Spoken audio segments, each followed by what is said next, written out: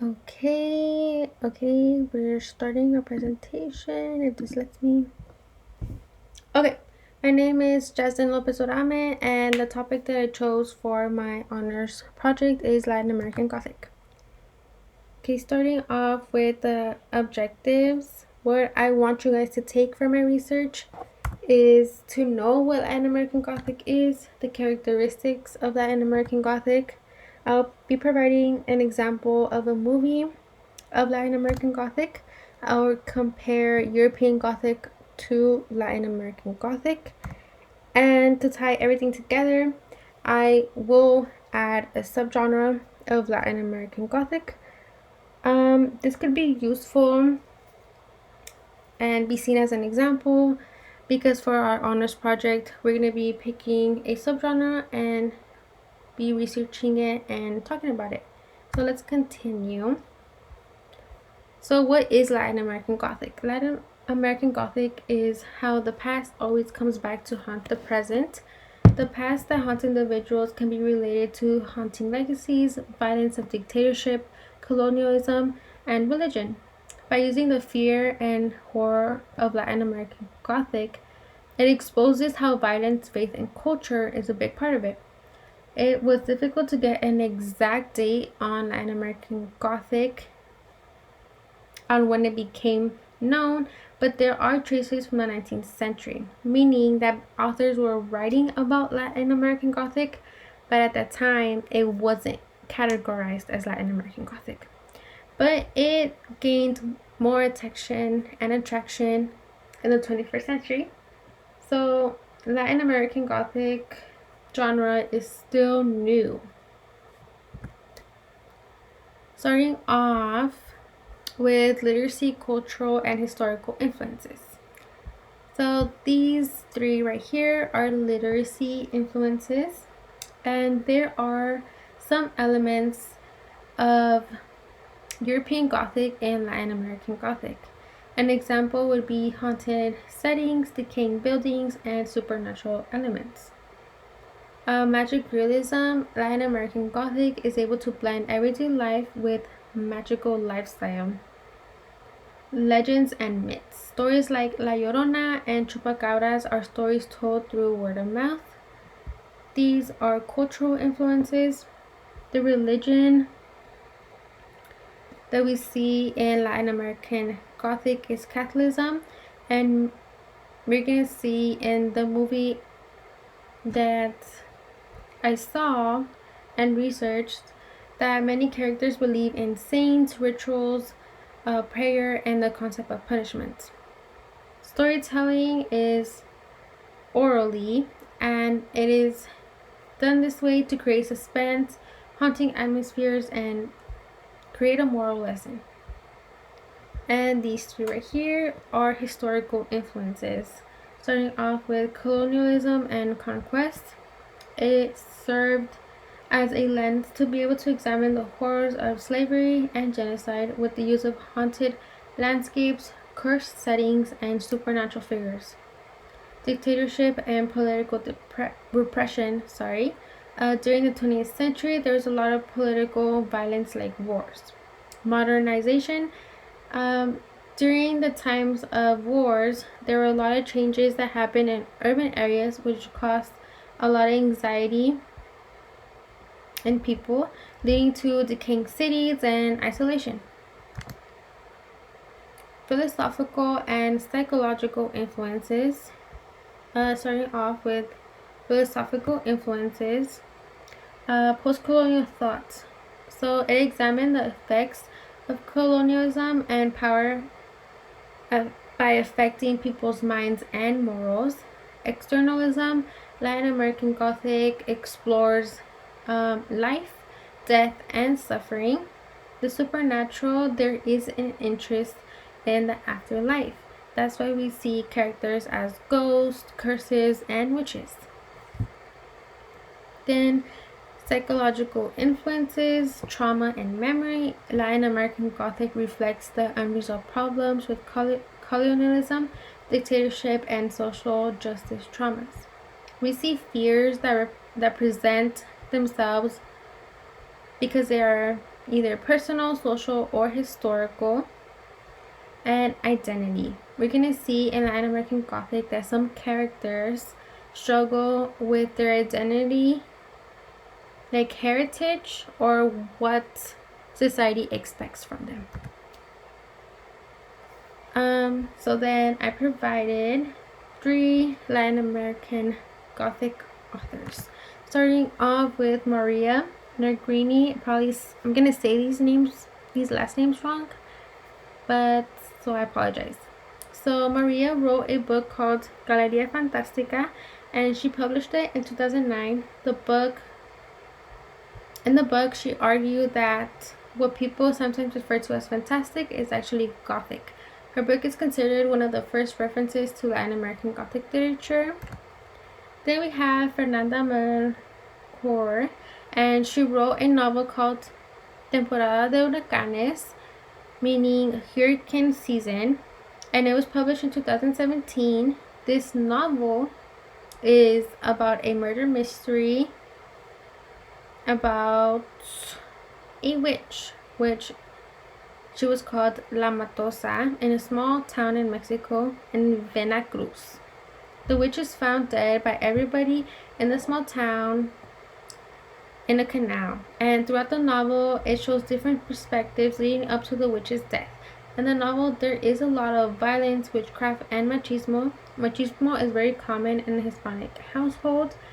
That's when men tend to act tough, controlling, and feel superior to women. Then we have Isabel Allende, and she wrote a book called La Casa de los Espíritus, meaning the House of the Spirits, and she published this in 1982. It is about a woman with supernatural powers who is able to communicate with spirits and is able to blend magical realism with historical fiction. Now, comparing European Gothic to Latin American Gothic.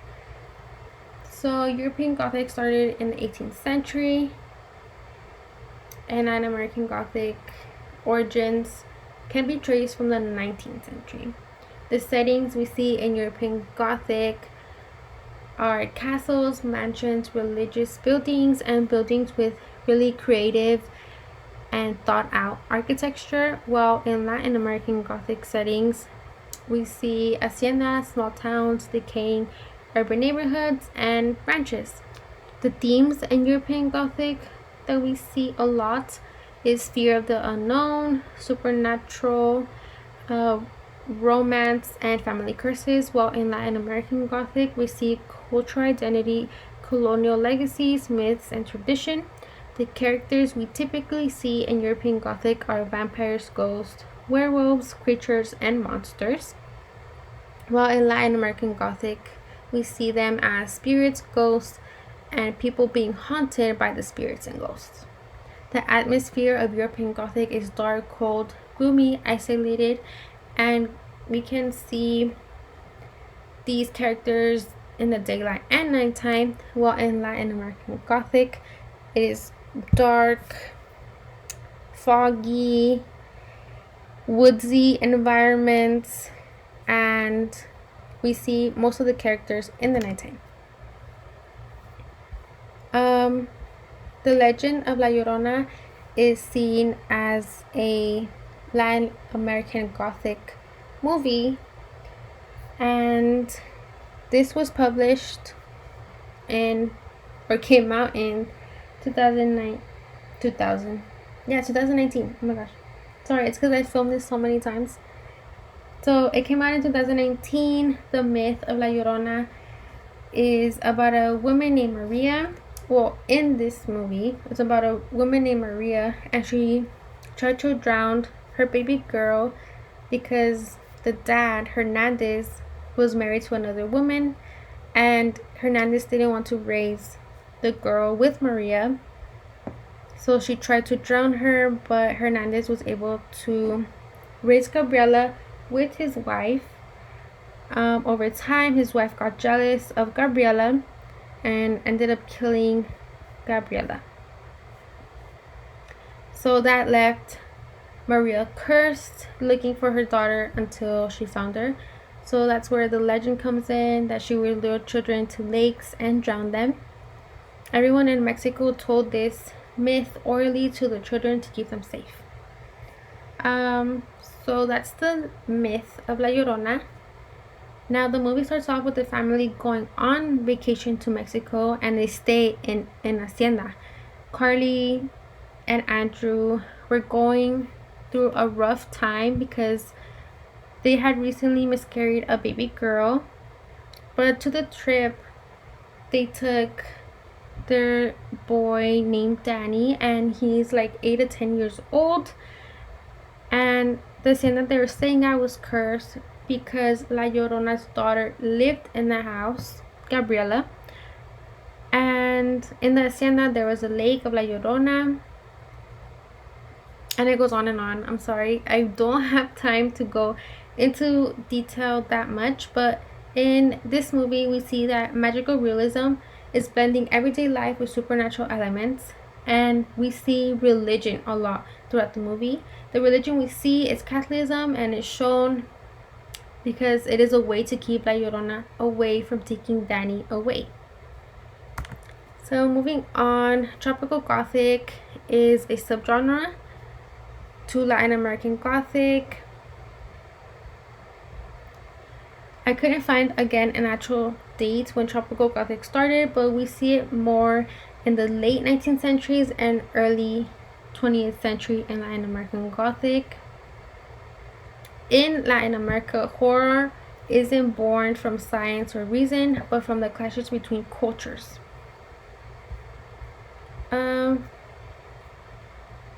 Latin American writers took European Gothic elements and made them more tropical and more culturally specific. Tropical Gothic reflects historical and social concerns like slavery and many more. We see monsters in Tropical Gothic are not just ghosts, but they are legacies from slavery, exploitation, and indigenous mystery.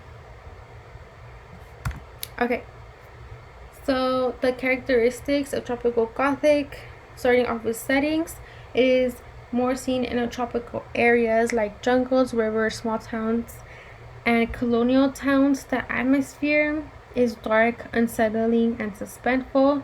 The themes in Tropical Gothic, we see historical trauma. It could involve slavery and colonialism. Cultural identity, there was a conflict between indigenous, European, and African heritage. The characters are regular people, colonizers, and indigenous people. The narrative style contains local myths and legends, again transmitted orally. And then I have or found a short story called The Pigs by Julia Lopez de Almeida, and this was published in 1903. Julia wrote about an indigenous woman who was about to deliver a baby on a front porch of the white man who got her pregnant. But he was going to marry a white woman.